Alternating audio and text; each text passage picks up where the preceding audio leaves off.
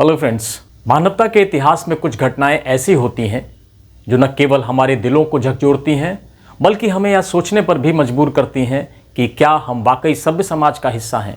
Gaza में हो रहे निर्दोष नागरिकों के नरसंहार ने पूरी दुनिया के सामने इंसानियत के नाम पर एक बड़ा सवाल खड़ा कर दिया है। नन्हे मासूम बच्चे, बेबस महिलाएं और बुजुर्ग जो न किसी युद्ध का हिस्सा हैं ना ही किसी साजिश के गुनहगार हैं, आज बेवजह मौत के घाट उतारे जा रहे हैं। यह केवल एक क्षेत्रीय संघर्ष नहीं है बल्कि मानवता पर किया जा रहा एक जघन्य अपराध है जिसका विरोध हर संवेदनशील हृदय को करना चाहिए। 17 जनवरी 2025 को जो इजराइल ने युद्ध विराम घोषित किया था, 18 मार्च 2025 को इजरायली वायुसेना ने गाजा में बड़े पैमाने पर हवाई हमले किए हैं और इन हवाई हमलों में 400 से भी ज्यादा लोग मारे गए हैं। इनमें कुछ विदेशी नागरिक भी हैं और तमाम दूसरे देशों के नागरिकों की भी मृत्यु शामिल है। भारत ने अभी गाजा में जो मानवीय स्थितियां बिगड़ रही हैं उस पर अपनी चिंता व्यक्त की है और यहां बंधकों की रिहाई पर भी मांग की है। इसके अलावा इजराइल की स्थितियों पर पूरी दुनिया की निगाहें टिकी हुई हैं। हालांकि अभी इजरायली रक्षा मंत्री काट्ज ने लोगों से कहा है कि वे अमेरिकी राष्ट्रपति डोनाल्ड ट्रंप की सलाह को मानते हुए जो इजरायली बंधक हैं उनको रिहा कर दें और हमास को फिलिस्तीन से बाहर खदेड़ दें। ये उनकी शर्तें हैं। गाजा के युद्ध ने यहां लगभग 70% फसलों को नष्ट कर दिया है। बाग, बागान, खेत, खलिहान और सारे ग्रीन हाउसेज समाप्त कर दिए हैं। 15 महीनों से लगातार युद्ध की आग में जल रहे गाजा में यहां के स्थानीय निवासियों को भरपेट भोजन और दवाइयां मुहैया नहीं हो पा रही हैं। गाजा की समस्या के मूल में जाने के लिए हमें ब्रिटेन जाना पड़ेगा। सारी दुनिया में स्थानीय शक्तियों को संतुलित करने के लिए ब्रिटेन ने डिवाइड एंड रूल की पॉलिसी का ऐसा गंदा खेल खेला है कि हर एक देश में या हर एक जोन में उसने दो दो पार्टियां खड़ी कर दी हैं, दो दो खेमे बांट दी। अब दो दो खेमे आप मिडिल ईस्ट एशिया में देखिए, इजराइल और फिलिस्तीन, आप भारत और पाकिस्तान ले लीजिए और चाइना और ताइवान ले लीजिए। इस तरह से ब्रिटेन ने अपनी गंदी मानसिकता का परिचय देते हुए सारी दुनिया में शक्ति संतुलन के नाम पर राजनीति का गंदा खेल रचा है और इसमें पूरी दुनिया की मानवता झुलस रही है। अभी आप मिडिल ईस्ट एशिया में देखिए कि इजराइल और हमास के बीच में जो युद्ध जारी है उस युद्ध में तमाम निर्दोष लोग मारे जा रहे हैं। सत्ताधीश उस स्थल से हजारों किलोमीटर दूर बैठे कहीं आपस में जिरह करते नजर आते हैं, कहीं आपस में बातचीत करते नजर आते हैं, लेकिन जान का जोखिम तो आम जनता का है। अगर हम लोग गाजा के इतिहास के बारे में पड़ताल करें तो गाजा लगभग 3000 सालों से भी ज्यादा आबाद है। इसे प्राचीन सभ्यताओं का चौराहा कहा जाता है और भूमध्य सागर में एक महत्वपूर्ण सामरिक रणनीतिक चौकी के रूप में भी गाजा का इस्तेमाल होता रहा है। गाजा का महत्व बाइबल में भी इस तरह से बताया गया है कि सैमसन की मौत गाजा में ही हुई थी, वो जब फिलिस्तीनियों के मंदिरों को तोड़ रहा था। और ऐसी भी मान्यता है कि पैगंबर मोहम्मद साहब के जो परदादा थे हाशिम इब्न अब मनाफ, उनकी भी कब्र यहां है। और इसके अलावा अगर मुस्लिम समुदाय की बात करूं मैं तो मुस्लिम समुदाय के लिए ये एक और कारण से महत्वपूर्ण है क्योंकि इस्लामिक कानूनों की व्याख्या के लिए मशहूर शफी स्कूल के संस्थापक अल शफी का जन्म स्थान भी यही है। तो दोस्तों, वर्तमान में 14 जून 2007 से जो गाजा है वो हमास के द्वारा प्रशासित है, लेकिन 27 अक्टूबर 2023 से इजरायली सेनाओं ने लगातार हमास को फिलिस्तीन से भगाने के लिए सैन्य अभियान जारी कर रखा है। अब हम इस इजराइल के सैन्य अभियान की वास्तविकता को जानने की कोशिश करते हैं कि आखिर इजराइल ऐसा क्यों चाहता है कि हमास फिलिस्तीन से भाग जाए। तो दोस्तों, इस संघर्ष की शुरुआत मैंने आपको बताया कि इस संघर्ष की शुरुआत ब्रिटेन की राजनीति से होती है।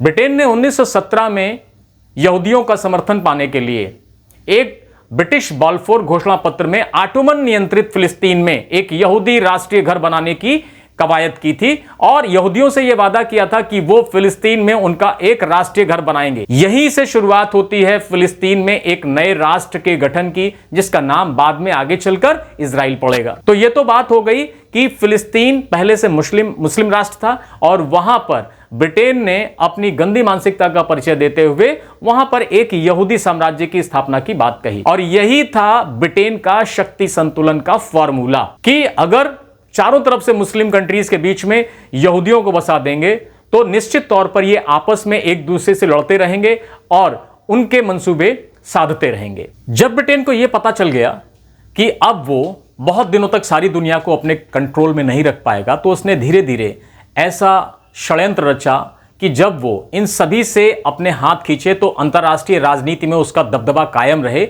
इसके लिए उसने सारी दुनिया को खंड खंड कर दिया। ब्रिटेन ने 1917 के अपने बाल्फोर घोषणा पत्र में एक यहूदी राष्ट्रीय घर, यानी जिसका नाम इजराइल बाद में पड़ा, इसके निर्माण का वादा किया था, क्योंकि उसे प्रथम विश्व युद्ध में यहूदियों का साथ चाहिए था। प्रथम विश्व युद्ध के गुजर जाने के बाद ये बात धीरे धीरे करके 1960 तक चली आएगी। इसके साथ ही आपको एक और तथ्य पर नज़र डालनी चाहिए, और वो तथ्य ये है कि जब ब्रिटेन और सारे यूरोप के व्यापारी पूरा अफ्रीका का चक्कर लगाकर केप ऑफ गुड होप होते हुए भारत और पूर्वी एशियाई द्वीपों के साथ व्यापार करने के लिए आते थे, तो उनको ये रूट और भी लंबा लगने लगा।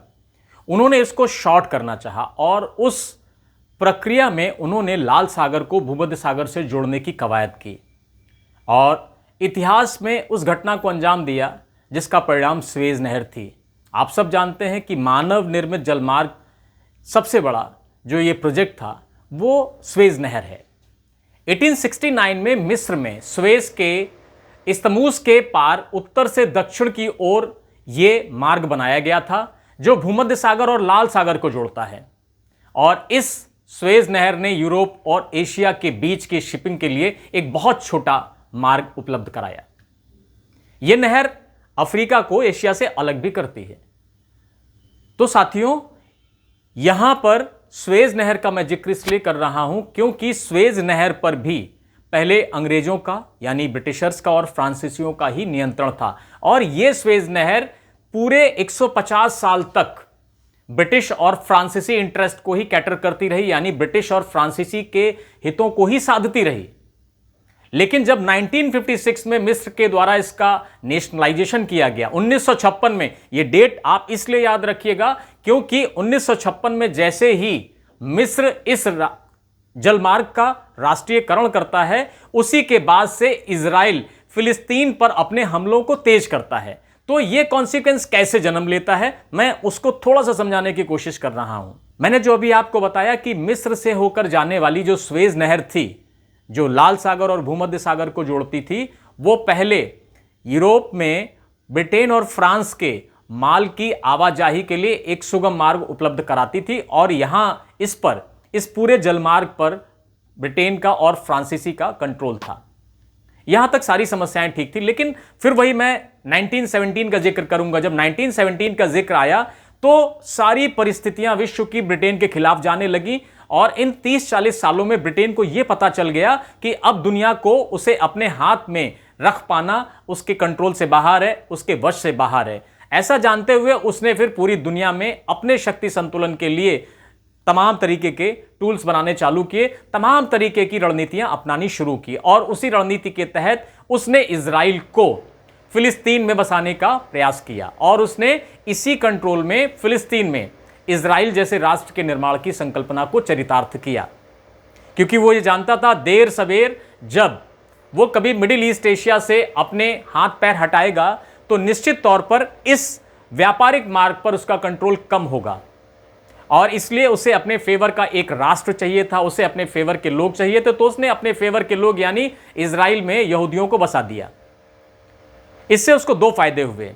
एक तो सीधी जो इस्लामिक चुनौती थी उससे ब्रिटेन को मुक्ति मिल गई, और दूसरी बात थी कि जो ब्रिटेन के आर्थिक हक थे या जो ब्रिटेन के आर्थिक हित थे जो उस मार्ग से प्रभावित होते थे, उसके लिए एक कंट्रोलर भी मिल गया। तो जैसे ही 1957 तक सारी बात ठीक थी, 1957 में सुएज नहर के मिस्र द्वारा राष्ट्रीयकरण के बाद अब सुएज नहर पर पूर्णतया मिस्र का कंट्रोल है, और जितने यहां से होकर जाने वाले जहाज हैं, कंटेनर्स हैं, उन सब से टोल मिस्र वसूल करता है। सुएज नहर एक बहुत ही महत्वपूर्ण व्यापारिक मार्ग है, और सुएज नहर से लगभग वैश्विक व्यापार का 12% हिस्सा ट्रेवल होता है, और जितने भी वैश्विक कंटेनर का जो एक्सपोर्ट और इंपोर्ट होता है उसका 30% यहां से गुजरता है। और ऐसा माना जाता है कि हर साल इससे मिस्र को 1 ट्रिलियन अमेरिकी डॉलर की प्राप्ति होती है। 2021 में मिस्र ने एक विश्व रिकॉर्ड बनाया, और विश्व रिकॉर्ड यह था कि जो इस नहर से जाने वाला व्यापार था उससे उसने 9.4 बिलियन अमेरिकी डॉलर का ये एक बड़ा कीर्तिमान बनाया। और ये जो 9.4 बिलियन अमेरिकी डॉलर उसने प्राप्त किए वो उसकी जीडीपी का 2% थे। तो ये जो मैंने आपको बताया सुएज नहर का मामला, सुएज नहर का मामला ब्रिटेन और फ्रांस के हितों को पूरा करता था। फिर इसमें क्या नया मोड़ आया? इसमें मोड़ आया 1956 में, जब मिस्र ने इस नहर का राष्ट्रीयकरण कर दिया। अब जब मिस्र ने इस नहर का राष्ट्रीयकरण कर दिया, अब जो 150 सालों से ब्रिटेन और फ्रांस इस मार्ग पर अपना आधिपत्य स्थापित किए हुए थे, वो नियंत्रण से बाहर चले गए और इसका सीधा लाभ मिस्र को मिलने लगा। और मिस्र एक मुस्लिम राष्ट्र है, 90% मुस्लिम है और 10% लगभग मिक्स्ड आबादी है। तो निश्चित तौर पर अंतर्राष्ट्रीय जितनी भी शक्तियां हैं उनमें इस बात को लेकर काफ़ी हलचल थी। उसी समय से हम देखते हैं कि 1960 से एक इजराइल का प्रोजेक्ट सामने आता है, जिसे हम लोग कहते हैं बेन गुरियन नहर परियोजना। तो जो इजराइल ने बेन गुरियन नहर परियोजना की उद्घोषणा की, उसको बनाए जाने का संकल्प लिया, तो वो क्यों लिया? निश्चित तौर पर यूरोपीय शक्तियों ने इजराइल को इस बात के लिए जरूर आगे किया होगा कि जो मिस्र और सुएज नहर के रास्ते होने वाला व्यापार है वो इजराइल और गाजा पट्टी के द्वारा डाइवर्ट किया जाए, ताकि मिस्र को होने वाले आर्थिक फायदों को बैलेंस किया जाए। कुल लड़ाई केवल इस बात की है। जो बेन गुरियन परियोजना है वो इजराइल के संस्थापक थे डेविड बेन गुरियन, उनके नाम पर इस परियोजना का नाम रखा गया है। और जो ये नहर है अकाबा की खाड़ी से लेकर जो इजराइल का नेगेव रेगिस्तान है उससे होते हुए ये भूमध्य सागर तक जाएगी। तो अकाबा की खाड़ी से ये रूट डाइवर्ट करके नेगेव रेगिस्तान जाते हुए इस पूरे कवायद में मिस्र को बाईपास करने की कहीं ना कहीं योजना है। तो इसलिए जो ये नई परियोजना है बेन गुरियन परियोजना में गाजा का महत्व बहुत है, क्योंकि बेन गुरियन परियोजना का जो लास्ट एंड होगा वो गाजा से होकर निकले। अंतर्राष्ट्रीय कम्युनिटीज मिलकर गाजा में ये नरसंहार करवा रही हैं, क्योंकि इससे उन सब का कहीं ना कहीं सिंडिकेट का भला है, इनसे कहीं ना कहीं उन सब का सम्मिलित फायदा होगा। गाजा में हो रहे नरसंहार के पीछे मूल वजह इजराइल का बेन गुरियन प्रोजेक्ट है। बेन गुरियन नहर प्रोजेक्ट एक्चुअली सुएज नहर के वैकल्पिक मार्ग के रूप में स्थापित किया जा रहा है, क्योंकि जब तक सुएज नहर पर यूरोपियन शक्तियों का कब्जा रहा तब तक उनको ये बात हजम होती रही। लेकिन अब चूंकि सुएज नहर पर पूरी तरह से मिस्र का कंट्रोल है, तो पूरे वैश्विक व्यापार के 12% हिस्से से वो टोल वसूलने का मजा नहीं ले पा रहे हैं। ये सारे का सारा मजा मिस्र की अर्थव्यवस्था को मिल रहा है, क्योंकि मिस्र को अपनी जीडीपी का 2% इसी टोल से मिल रहा है। तो वैश्विक शक्तियां इस बात से बहुत ज्यादा खौफजदा हैं कि कहीं ऐसा ना हो आने वाले समय में मिस्र एक नई आर्थिक शक्ति के रूप में उभरे। तो ये जो सारा का सारा मसला है, मुझे लगता है कि हमें ऐसे समझ लेना चाहिए कि ये धार्मिक ना होकर पूरे का पूरा मसला ये केवल और केवल आर्थिक